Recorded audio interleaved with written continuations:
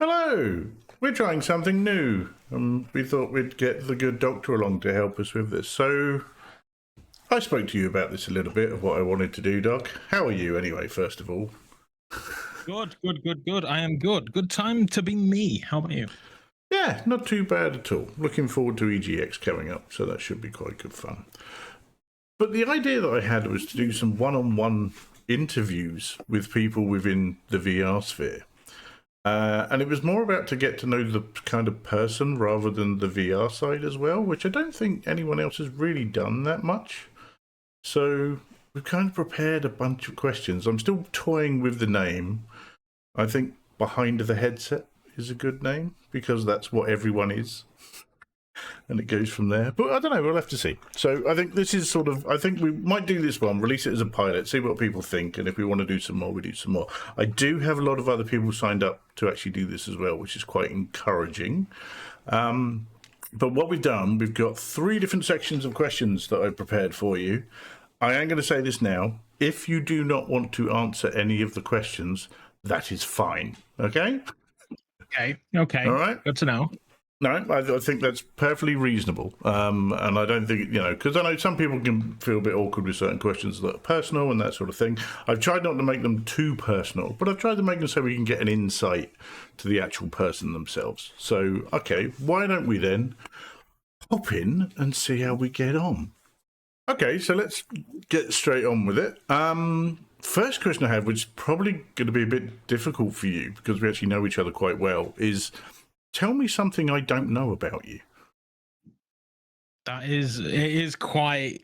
I mean, there's a million things, but Pick there's one. not anything of note. It doesn't have to be of note. This is just about you.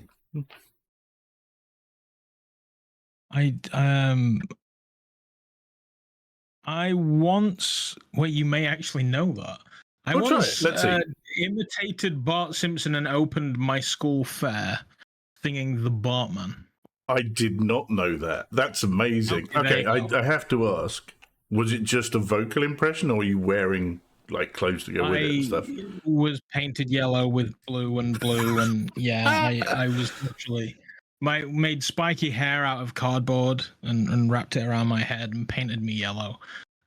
Sadly, it was a time long before camera phones existed, so if video footage of it exists anywhere, I have no idea where it is or who has it.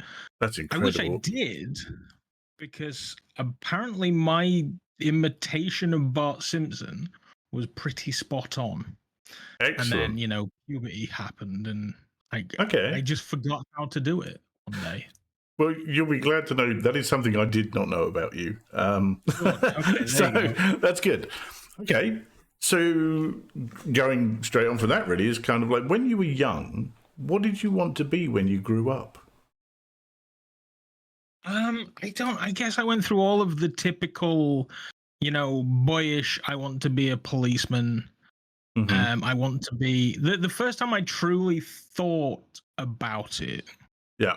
Back in like GCSE days, when they're like, okay, you need to pick your career for the rest of your life, and I was like, oh no, chef, because I Oh, like cooking interesting. stuff. Okay. That's it. Yeah, that is one thing they do is like when you do your GCSEs or I guess is it SATs in America, it's literally like you have this small window of time and it's like now decide what you will do for the rest of your life, and it's not that easy to do because Yeah, I like say I still don't know what I want to do, but I just do something that I'm quite good at. Is the way it works for me. So I geared all my GCSEs towards cooking and business. And the cookery class, I spent my entire time designing a packet of meatballs, and I didn't cook a damn thing. I was like, the public school system beat my love of cooking out of me by not actually allowing me to cook. I'm always very practical, never very theoretical. Have you ever done like any other cooking courses or anything that after this or not? No, you just like dabbling yourself in the kitchen and doing that sort of stuff. Cool. That's what I don't think. No, you've never cooked for me. We've never done that. To be fair, I've never cooked for you. We always just get a takeaway if you're here or something. Usually. Pretty much, yeah. Yeah. I've suppose the opportunity has never arisen. When we post EGX the other year, No, we just went out somewhere, didn't we, in the morning? Yeah, we did. We will Just have went to EGX. We're going to have to figure something out on that. I want to sample these wonderful culinary skills of yours. Okay. All right then. What's your most treasured memory from your childhood? Oh, ooh. I'm one of those people. Like, do you think you actually remember your childhood, or do you think you remember the story that somebody told you that came with a photograph? There are about 3 or 4 significant memories from my childhood I have. Some good, some bad. But there are ones that have stuck with me.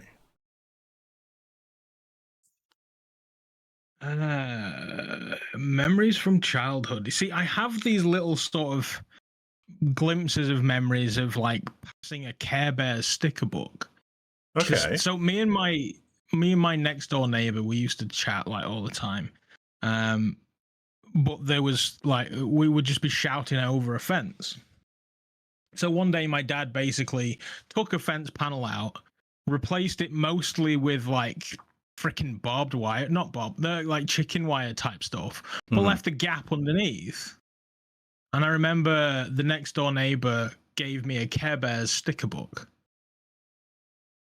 for reasons. And I was like, oh, thanks. Like, it was just for me. Like, it was just, they gave the sticker book to me, not to my brother or anything like that. There was 3 of them and me and my brother. There's 2 of us.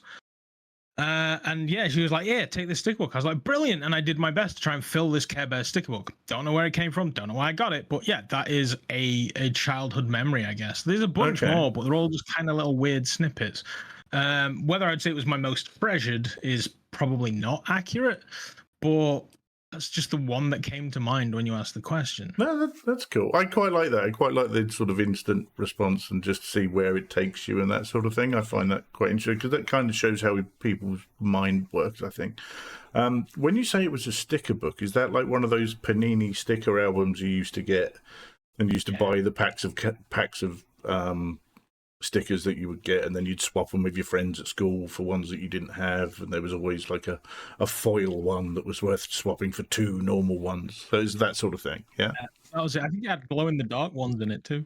Oh, okay, cool. And they were actually bear-shaped rather than the squares that you got in your football album. Oh, because that's what I remember was the football Panini ones. They were the ones that everyone did. And I generally, when someone had finished their album, they would always have like a massive stack of things left. And in my school, what they would do is walk into the middle of the playground and scream bundle and then throw it high in the air so everyone could just grab whatever was available at the time. Yeah. Which is a bit strange. Yeah, pretty much. Cool. But I moved away from my house at like 4 years old, so that's definitely like a pre 5-year-old memory. Okay, cool. All right, well, going back to your cooking then. So let's say you're going to be hosting a dinner party and you can invite any 3 people, living or dead, to this party to sit down at the table and talk with. Who are you inviting? So, I have a million. George Carlin. Okay, I get that. He will entertain you and enthrall you and educate you, and you will not have a boring night with George Carlin. Yeah, that's a good choice. So definitely him. And then I need 2 more. 2 more. Living or dead. Yep. They can even be fictional. See, on one hand, I'm like, ooh, fictional. And then I'm like, what are they going to tell me, really? I don't. Lola Bunny for reasons. Okay, that's good. Bear in mind that for this whole thing is like, it's not what they're going to tell you. This is what it tells us about you. That's why we're interesting. And I think Lola Bunny has answered a few questions people may have had. There's a reason I'm in VR, darn it. I get it. Are we talking early Lola Bunny? Or are we talking Space Jam Lola Bunny? Like Space Jam Lola Bunny. Okay, yeah. Cool. Gotcha. 1 more. You see, I'm also like a massive shy weirdo. So already I've essentially boxed myself out of the conversation at this dinner party by the fact that I'm just going to be too terrified to talk to any of the guests. That's fair enough. Um, I had a guess of who I thought one of yours would be, and you haven't actually mentioned them. So I'll say who that is, and you can say whether it's someone you would or wouldn't. I thought you would invite Nathan Fillion.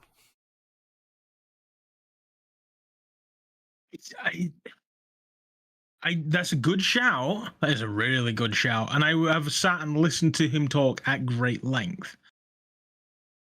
I'd be terrified that he'd be an asshole. Bear in mind, this is all fantasy, so they can be whatever you want them to be, really. So it's fine. Yeah. But it's just, yeah. I mean, like, I don't know. I don't know if I could take it. Like, you find out Joss Whedon was a dick. Yeah, that was incredibly disappointing to discover. And then you're like, right, okay. And he did a lot of work with Joss Whedon, which either means he knew and did nothing, or maybe he's as much of a dick. I don't know. It could well be. Again, that was just one I thought you might say, because I know how much you enjoy listening to him, watching what he's in and stuff like that. I do. I was leaning, actually, so the name that I had in my head that I thought you might mention would be Kevin Smith. Okay. Because dude can talk and he is entertaining, and I have watched him at great length. Yeah. Both privately and then in movies as well, like in himself and as his movies as well. And I've been to watch him at the O2 and stuff. Like, I've spent a lot of time listening to him talk. So if ever I'm chatty on a podcast or anything, it's basically because I'm just emulating him. Okay. But that's not a bad person to emulate. Losing him to George Carlin. I was going to say, those two together, and they were in Dogma together, weren't they? Yes. George Carlin played the priest, didn't he? That's right. Dogma is Cardinal Glick. Yes. In Jay and Silent Bob Strike Back, he is the hitchhiker that gives a blowjob to get a ride. I forgot about that. And in Jersey Girl, he is Ben Affleck's dad, and he completely steals that movie. To be fair, that man you've got steals. A cast like Ben Affleck and Liv Tyler and Jennifer Lopez, and the people that steal that movie are a young girl called Raquel Castro and George Carlin. They steal that movie completely. Yeah, I do like that in a lot of films. Credit. I do like when you get that one person that just pops up, and you kind of like, they've just completely taken this away from everyone else. I mean, I think it was in Glengarry Glen Ross. Alec Baldwin turns up for like less than 10 minutes. And was incredible, and even won an Oscar for it. It's like, it's this tiny part of the film, but it's really interesting how some actors can just steal that away. Okay, what would you like to change about yourself? That's a coin flip between my incredibly small social battery or my waistline. One of those two things. That's fine. Probably the waistline. Well, that can happen. You can do something about it if you wanted to. None of the questions, by the way, are judgmental at all. I'm just intrigued what people's answers are. If I thought they would, at the end of the day, I've never been too shy to say I'm a fast. Like, I've never shied away from that. And I never will. At the end of the day, it's kind of like, how many layers you wear, you can't hide the fact that you're twice the size of most of the people. So yeah, it's ridiculous trying to hide it. So the best thing that you can do is at least become somewhat comfortable with the skin that you're in, so that you don't loathe yourself. Yeah, which it's just more man to love. People is a normal kind of stereotype. So there's a reason that we're happy, mostly because we've got full bellies, and that makes people happy. Whereas skinny people are cranky. So yeah, that's potentially a thing. Okay, cool. I mean, those are two good ones, and I get the social battery thing with just knowing you in the way you are and how you are and that sort of thing, and I get that. But I think over the time that we've known each other, that battery has grown considerably.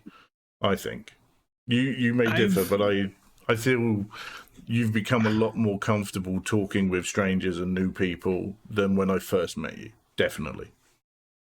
I've definitely seen the benefits of ignoring that voice in your head. Mm-hmm. That's like, just show up and listen. You have nothing of value to add. Mm-hmm. I've definitely learned the value of ignoring that voice. Yeah, and that's a good thing to know. Definitely. Okay, next question is, what type of routine do you follow daily, if any routine at all?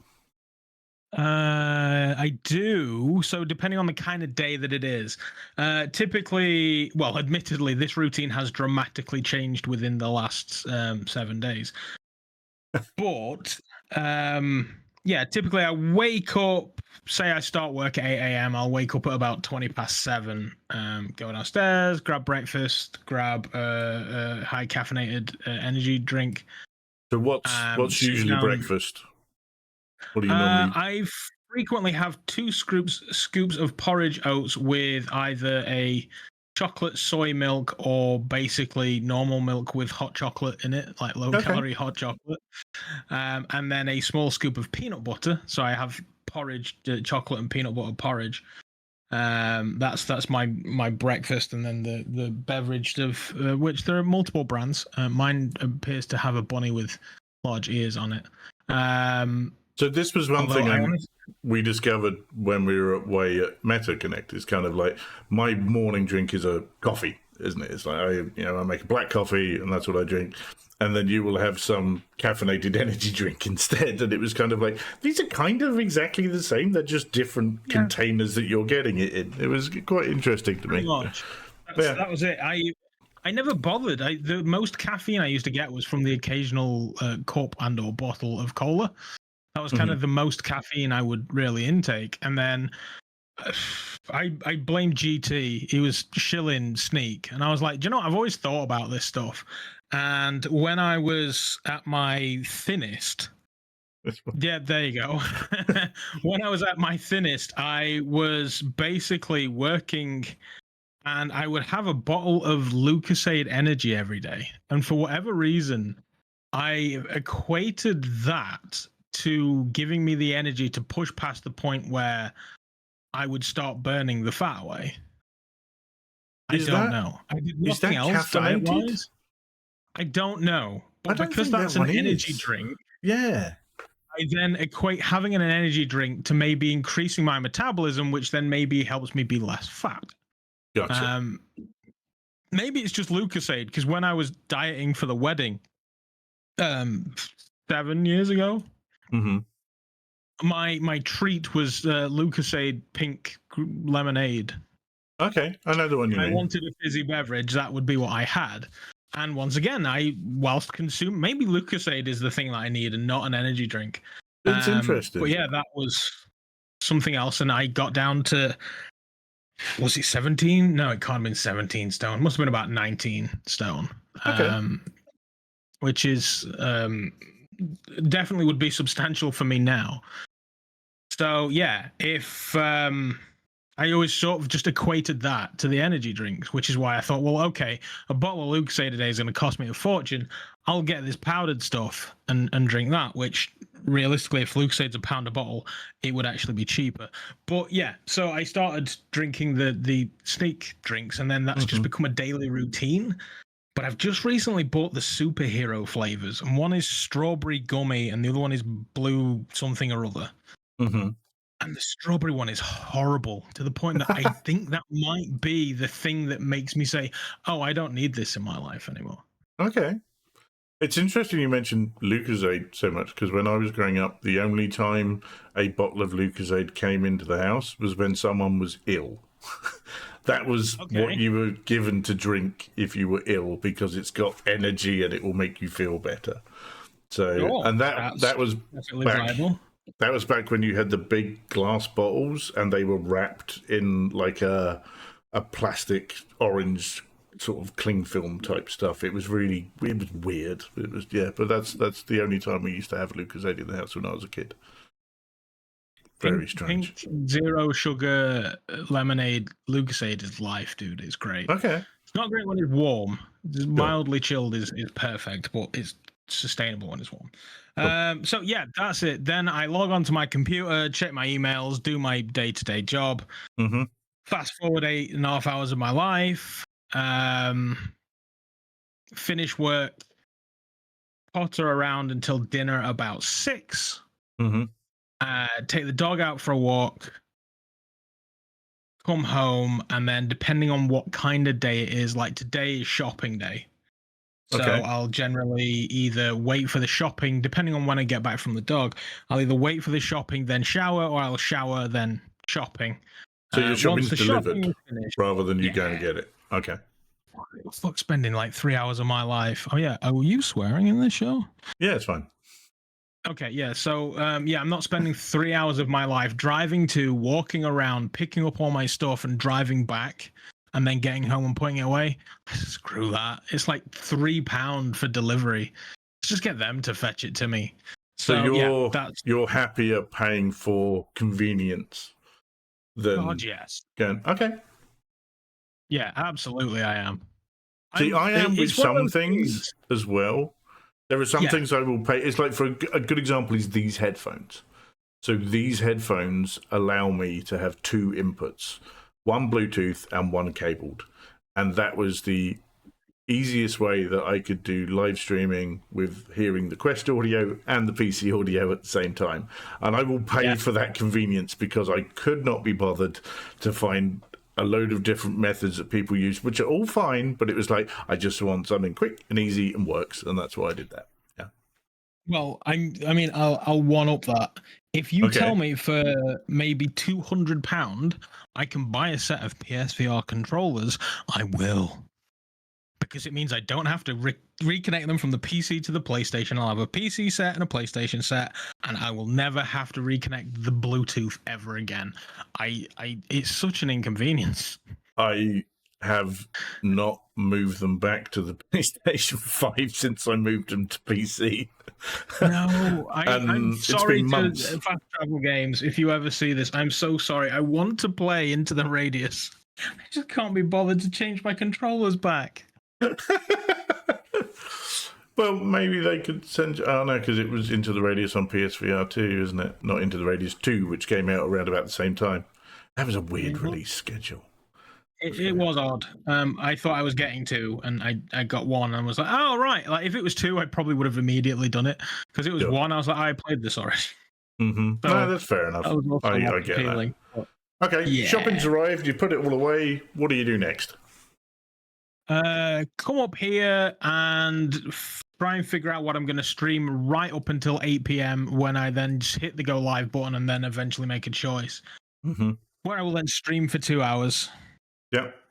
Post stream, I'll potter around on the socials, see if any clips were made, make little TikTok clips out of those before taking the dog out for a final toilet break of the day.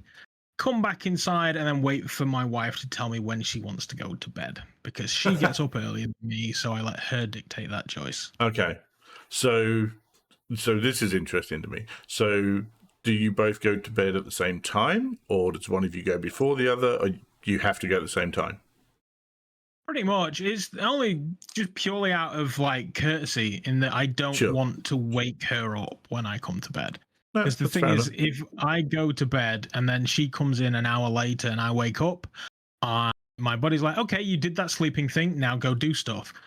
And I can't be doing that at midnight when I've got 6 more hours in front of me. No, I get it. So yeah, it's just one of those things that I would hate if it was me. So if she wants to go to bed, I'm going to go to bed. Cool. This is the last question in the About You section. And the final question is, who has inspired you the most? And it doesn't have to be about VR. It could be just life in general, whatever. It's one of those things that different parts may have different answers. Mm-hmm. Like most moderately well-rounded individuals, whether intentional or not, mm-hmm. father generally inspires a child to be the man that they should be, give or take. So there is that. There's my childhood friend Colin, who when we moved when I was 4, he was the bigger kid that lived up the street. And we always kind of just, we nice suburban neighborhood where letting your kids play in the street was fine. Mm-hmm. So we moved up there and we ran into the kids, and just eventually a friendship grew. He was the best man at my wedding, kind of thing. Like he's still kind of a part of my life. But he, being the big kid that I wanted to emulate, the cool kid that I wanted to be, definitely informed a lot of my decisions in my life. Okay. So what about Colin was it that you wanted to be? What did he do that you aspired to? No, I don't know. It was just the older, cooler kid. Like eventually I did outgrow trying to emulate him, but sure, like because he's 3 years older than me. Mm-hmm. So he's, 18, I'm 15. So then, while he's into 18-year-old stuff, as a 15-year-old, I got exposed to that 3 years early. But then obviously you rewind that, he's 15, I'm 12. Sure. So when he's 15, we're talking mid-90s. So he's listening to rap music, and I'm the only kid in year 12 that's listening to rap music. So I'm into rap music in the, some would say, golden age with Tupac and Biggie, and I'm going through rap music at that point in my life, and then it feels like the rest of the world catches up like 5 or 6 years later when Eminem hits the scene. So I kind of just got exposed to stuff from late on in life earlier, meaning I did that stuff with him. Up to and including obviously the legal drinking age being 18. I'm a 15-year-old. So yeah, there's all kinds of crazy. To be fair, I've never been much of a drinker, and even back then, I wasn't. I was too much of a goody two shoes to go against my parents. Plus, somebody had to look after my drunk ass brother, who wasn't too much of a goody two shoes. So I had to drag him home and explain to my parents why Matthew was very tired. And so, yeah, that was kind of the thing. So he definitely influenced me in a big bad way. I find, and McDonald's are just as bad. I'm very easily influenced. Okay. Like all you have to do is whistle, and I'm like, it's a Big Mac. No, to be fair, knowing you the way I do, I would agree with that as a statement. Is your impulse buying is something that you are, in my eyes, renowned for. It's like, I'm having that straight away. So I received an email the other day saying we're getting people together and we want them to test our VR head straps for the Quest 3S. Okay. I fucking bought one. You bought a head strap for the Quest 3S. You don't own a Quest 3S. I bought the Quest 3S so I can try the head strap. Got a Quest 3. I don't need it. No, you don't. That's very interesting that is something you have done. To me, see, the main reason I'm doing this sort of thing is I just find people fascinating. Why people do things and what they do and that sort of thing. I just find that really interesting because I did, and just how the human brain and the human animal works and behaves. So all of these answers to these questions are really kind of like, it excites me to hear this sort of stuff about people. It's really good. Okay.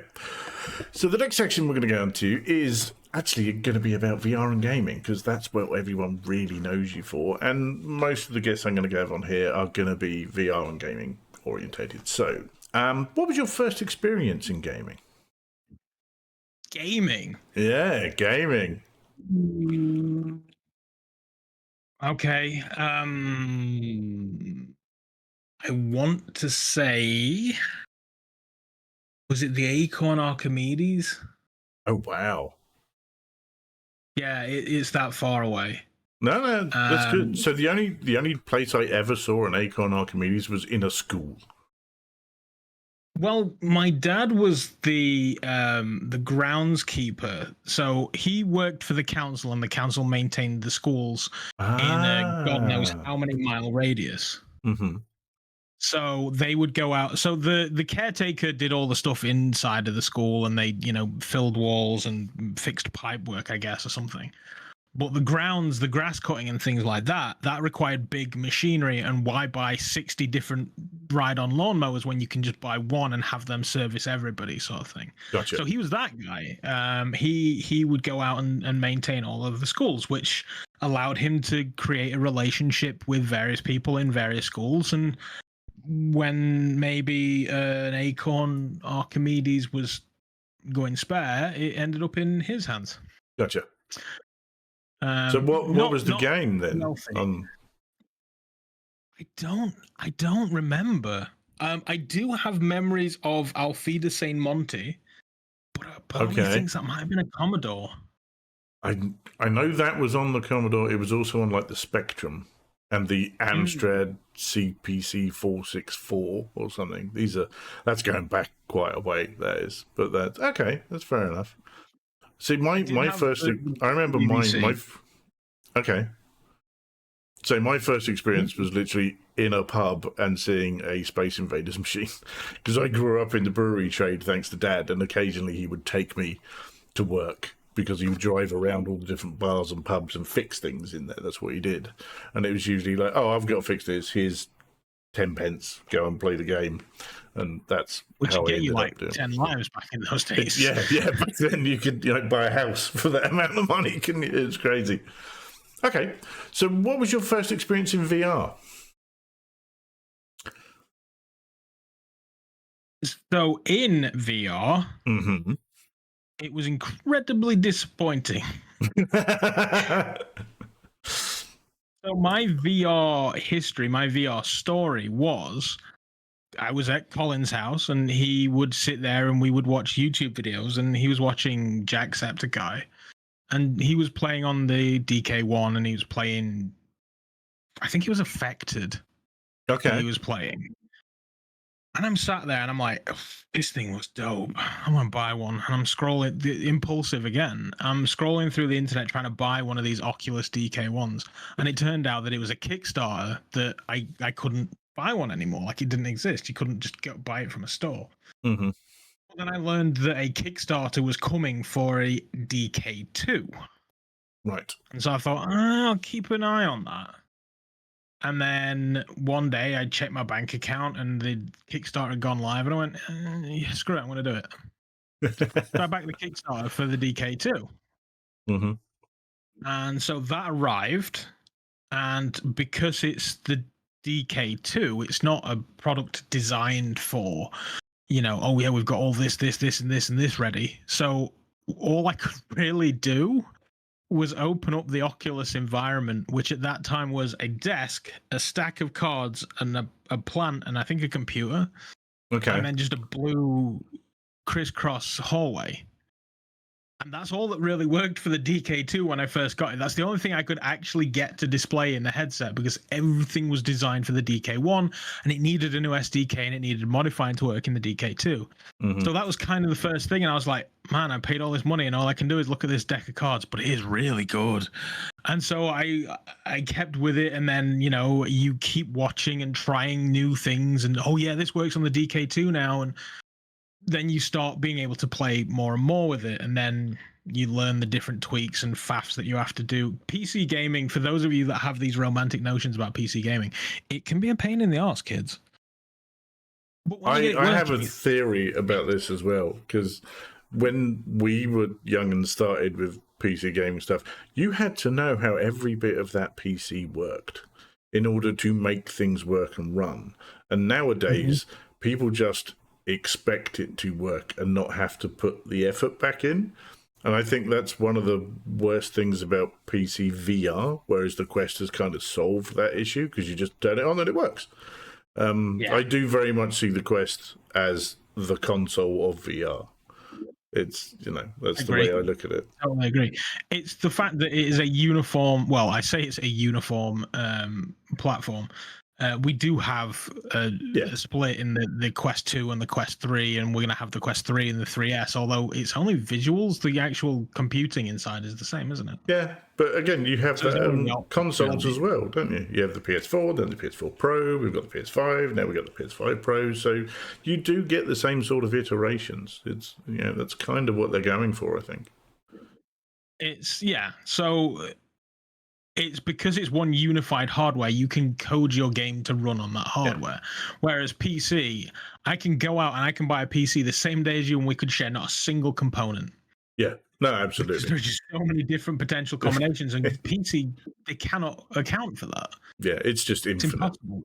Infinite. So, yeah, it's a pain, but like you say, if you're willing to put the time in, it was something that you were saying earlier about convenience. I will pay for convenience. Mm-hmm. So when I was a kid, I had no money and lots of time. Yes. So I wouldn't pay for convenience because I would spend my own time trying to get something working, whether it was a pirated game or whatever I was doing. I would put the time in. Whereas now I'm older and that 8.5 hours of my day is dedicated to earning money. So when I get that money, I'm going to spend it on convenience.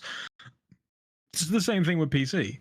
Do you also think that's when you're younger, though, because you're like really keen to learn new stuff because everything is new? Do you think that might be something to do with it as well? I did definitely get a sense of accomplishment of maybe jailbreaking an iPad or playing games on a PlayStation that were Japanese and I shouldn't be able to play. Yeah. Stuff like that. Like I definitely got a sense of accomplishment from that, but I think it was mostly the money thing. Okay. That's fair enough. Okay. So what has been your favorite experience in VR? Which finger would you cut off? Well, one of yours. No, I'd like to keep mine. What did you say? The thing, you've just asked me to choose a finger to give up. Did one in particular pop in your head when I asked that question? No, because the thing is, I have an answer to this question. Okay, but it's never one thing. That's fine. I love VR for one thing and one thing only, and that is essentially the experience that it can give you that you cannot get elsewhere. Okay.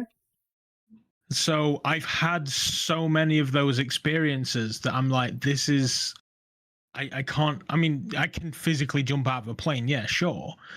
But it's like one of my key examples is VR making you feel like a badass.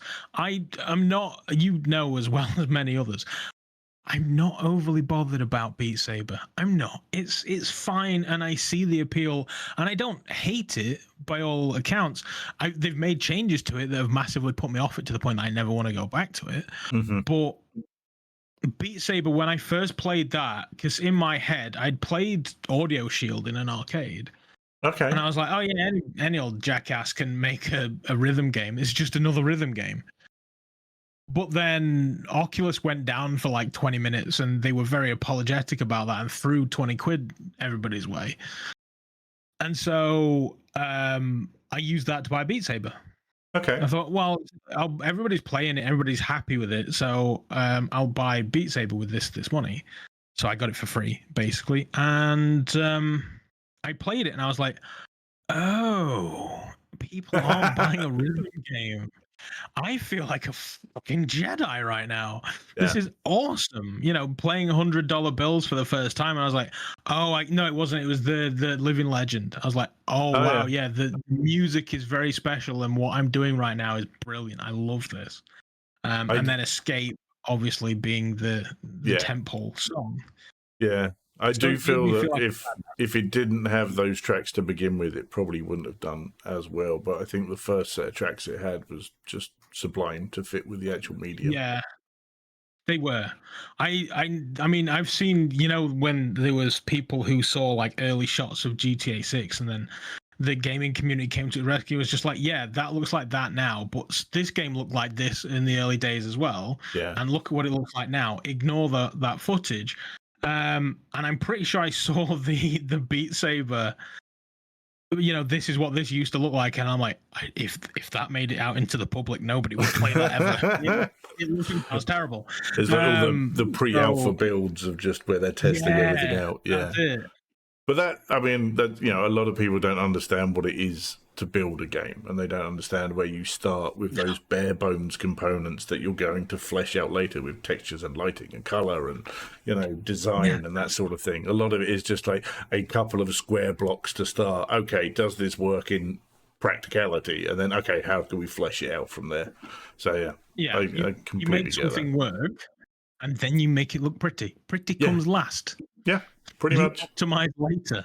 Yeah. That's what you do. That's the back end of the development cycle. So I've seen games in very, very early stages, and you're like, yeah, no, this is fine. So I'm just testing the practicality of the function of the game. I'm not even bothering trying to assess this visually. There's no point. Yeah. Mechanics, game loop, then do all the other bits afterwards. Yeah. That's the way that's it. So the point is, Beat Saber made me feel like a badass, but there's two other games that come to mind with this question. One of them is Windlands 2. Okay. And you were there. Oh, right. Okay. Is this when we were on VR Souls and we were all playing that one game night?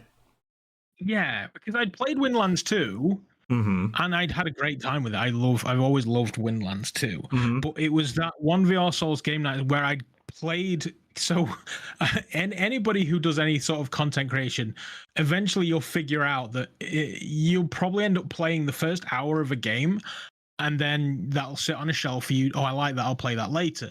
So I played the first hour of Windlands 2, but then somebody else will want to play it for the first time. So I'll play the first hour of the game with them. And then somebody else will want to play it. So I've played the first hour of Windlands many, many times. Yeah. So, of course, by the time I get around to it with the Souls, I'm moderately okay-ish at Windlands.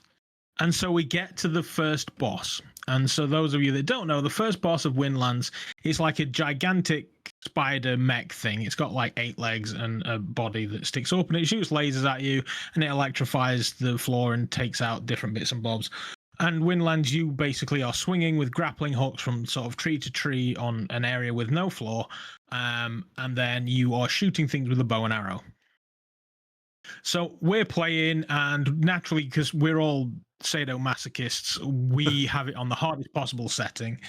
And naturally, even on the easy setting, I'm gonna die. I died. And so the spawn point for that is about 5 or 6 little islands back. So you have to do a little bit of swinging to get back into the fight. But I know what I'm doing with swinging now, because I've played the first hour many, many times. So I'm swinging in and I'm flying through the air and I'm swinging through the trees, and I get towards the boss and I do one gigantic swing and I pull back the bow and I'm just firing arrows at this boss as I fly through the air and then grapple away so I can't land on the floor. And it's a moment like that, and I'm just like, I'm fucking Hawkeye. I am nailing this. And that's a feeling I cannot get playing any, like, give me Call of Duty with a 10 kill streak. I don't care. I do not feel like I did in that moment. And that's just such a tentpole moment of VR for me. Yeah. And then the other one, you're wearing. Oh, the from start Synapse. to finish, that game is just so, like, I'm either drooling over the pretty, or I'm drooling over the fact that I'm basically controlling things with my mind and just throwing barrels at people and crushing stuff and bashing them around and flicking them around. I guess I just like feeling like a Jedi. So then that game is another sort of tentpole moment in VR for me. Yeah. No, I'd agree with Synapse. I mean, it brought me back to streaming after like 6 months hiatus of not doing anything. And after playing it, I was like, no, okay, I need to show this off and that sort of thing. And I think because it uses the eye tracking in such a way for helping you do the telekinesis and that sort of stuff. And also the color design is actually built into the game, which is really clever. So you're looking at something because it lights up a certain way, and it just kind of that. Now, any other game with like telekinesis mechanics, if it doesn't have that or the eye tracking, I'm kind of like, nah, it's not good. Yeah, I mean, Sony just sell the PSVR with Synapse. Yeah, it's brilliant. Just sell it. Sell it with Synapse. or stick it on the PlayStation Plus. Yeah, you bundled Moss with the first one. Bundle this one with that. Screw your freaking. I mean, don't get me wrong. The ginger woman was fine, but the tentpole moment in that is that you do the boat ride, which looks like what basically they made that boat ride so they could plonk people in it in game shows and be like, oh yeah, look at PSVR 2. Oh, look at the dinosaurs, and then that's it. The rest of the game is nah, but that's fine. So that's definitely sort of a tentpole moment, but it's not Synapse. It's not that great. So what was the question? That was your favorite experience in VR, and you've given us 3, so that's cool. There you go. So on the flip side of that, then, what's been your worst experience in VR? Oh. So in the DK2 days, as I say, things were somewhat thin on the ground in the early days. And I didn't realize that virtual reality could make you sick. Didn't realize that was a thing. Yeah. But somebody was like, Tron bikes. I was like, well, I've played everything else. Let's play Tron bikes. I went green. It was just so weird. I was like, why do I feel so bad? This game is terrible. And then later on in life, you realize about, sim sickness and all the other fun things that come with it. So that was a bad VR experience. Although, to be fair, it was fine. I just didn't realize what I was doing. And it was one of those, I'll just push through this. This will be fine. I need to record the video. I don't know whether the video ever came out because I generally have a rule that if I don't have a good time, I don't want to shit in somebody's cereal. Sure. If anything, I will tell them that I didn't like this and this is why, and then I'll not release the video. See, I think that's really important, actually, is like if you are giving feedback to someone about why you didn't enjoy something, you can explain coherently why you didn't enjoy it so hopefully they can take it on board as a constructive thing. I will, if I paid money for it, be more inclined to publicly shit in material. Yeah, no, I can understand that.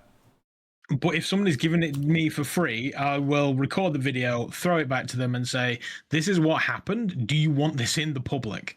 Mm-hmm. And 9 times out of 10, they say, no, we appreciate what you've done. We'll take this on board. Thanks. So no one sets out with the idea of, I'm going to make a bad game. No one does that. Everyone wants to make good games. I've never played a VR game worse than the VR game I've made. Because I've never made exactly. All of them are better than what I can do. Yeah. Cool. Okay. So when trying a new game, whether it be a VR or a flat screen game, what instantly turns you on or off with it? I feel like the off is going to be the easier one to answer.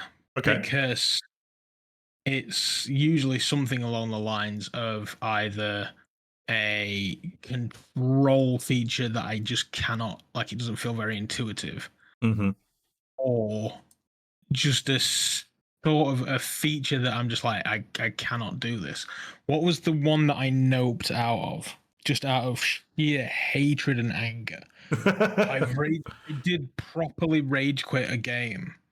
But was it because of one specific thing within the game or the whole thing? Because this is kind of more about one specific thing. Okay.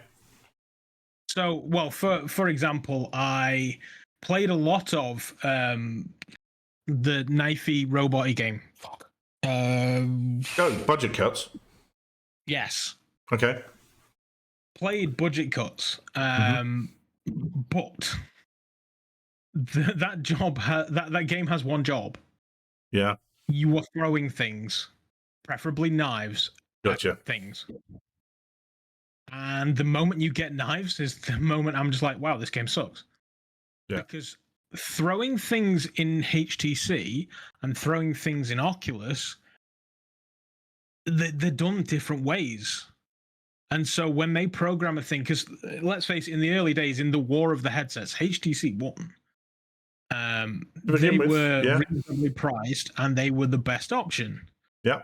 So the games were kind of coded towards HTC Vive. Yeah. And so when I'm stood there and I'm playing budget cuts and I'm throwing the knives and they were just falling in front of me straight away every single time, just knife after knife after knife, just throwing right into the floor. So I was just like, this game's stupid. It's got one job. I have to throw knives and I cannot throw knives. It's impossible. So if we were to succinctly put that, it would be your primary mechanic doesn't work. It's just that sort of thing. A little bit, yeah. Yeah. But then again, that story has a happy ending. Which is? So when that didn't work, I was like, is it something I'm doing? Mm-hmm. So I take to Google. And Google then leads me to the arsehole of the internet. And I see an article on Reddit there that says that tells you about how Oculus throwing is done differently. The devs were responding in subreddit about the game is like, oh yeah, so this is what we've eventually found out, and this is what we're going to do to fix it. Okay. So then they fix the throwing mechanic. Now the happy part is, I'm a very early up and coming, nobody knows who I am YouTuber, and a developer reaches out and is just like, there's about 8 people in this space. Play this game for me and tell me what you think. It's coming out on Steam in a week or so's time, and it's going to be on Rift and HTC, and I've only got a HTC headset, so it's great that you can try it. And I walk into the game, and I grab it, and I throw, and it goes straight into the deck. Oh, no. I'm like, oh my God. So then I instantly jump on. I'm like, you cannot release this and say it is compatible with Oculus. You cannot throw. But if you look at this article on Reddit from the budget cut devs, they explain what they have found about throwing in VR. And then a day later, that person gets back to me and says, oh my God, that was amazing. Thank you.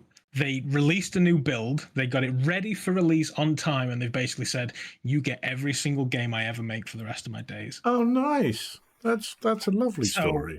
Budget cuts being crap led to a small indie dev being able to fix which, as you know, from the likes of, say, having a constant warning that you are damaged, that first impression kind of ruined everything for people. And it would have ruined a market with Oculus Rift players if he released that in that state.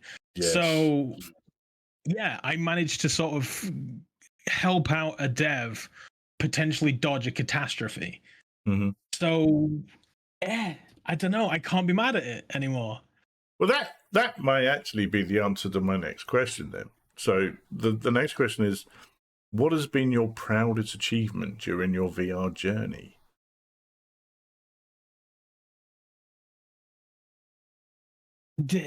Mate, seriously, I started this journey a decade ago. Mm-hmm. And I'll send you the video. Feel free to look at the bright-eyed, bushy-tailed dickhead that's playing frickin' My Little Pony.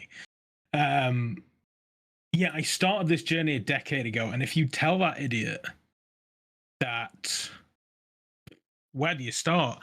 I'm credited in multiple games, including the one we were just talking about.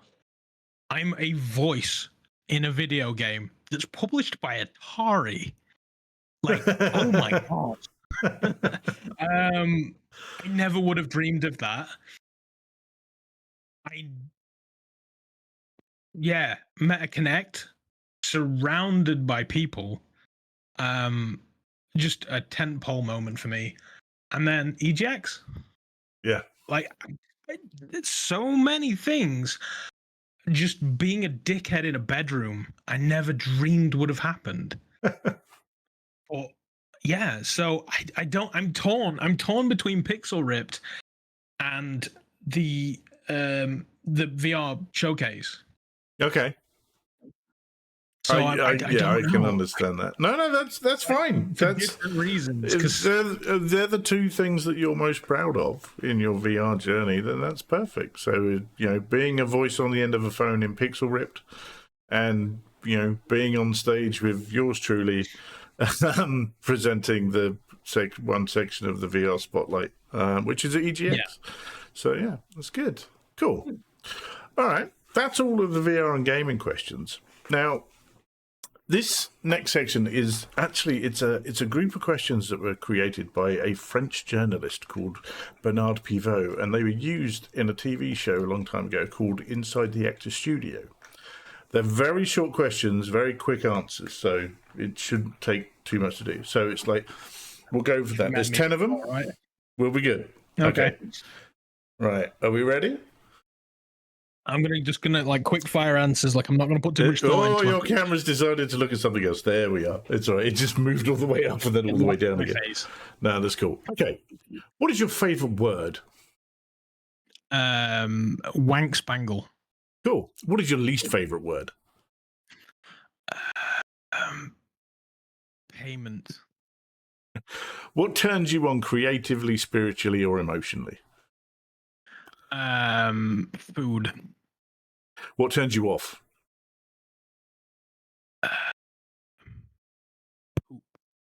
Poop. Okay. What is your favourite curse word? Cunt. Okay. What sound or noise do you love? My dog. What, barking? Just sort of, not barking, just kind of. We call it a pirate. He just goes whenever he's happy. I don't know whether Chris cut all of that out, but basically, yeah, he kind of snarls like a pirate. No, we got just it. Just rubs all over the place. All right. What sound or noise do you hate? Mostly loud stuff. There's the dragging of a metal table across a painted resin concrete floor. Cool. What profession other than your own would you like to attempt?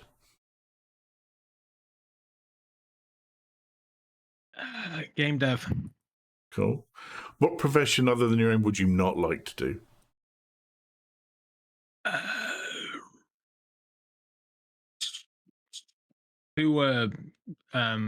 Like dealing with human waste. Okay. And our final question of the night is, if heaven exists, what would you like to hear God say when you arrive at the pearly gates?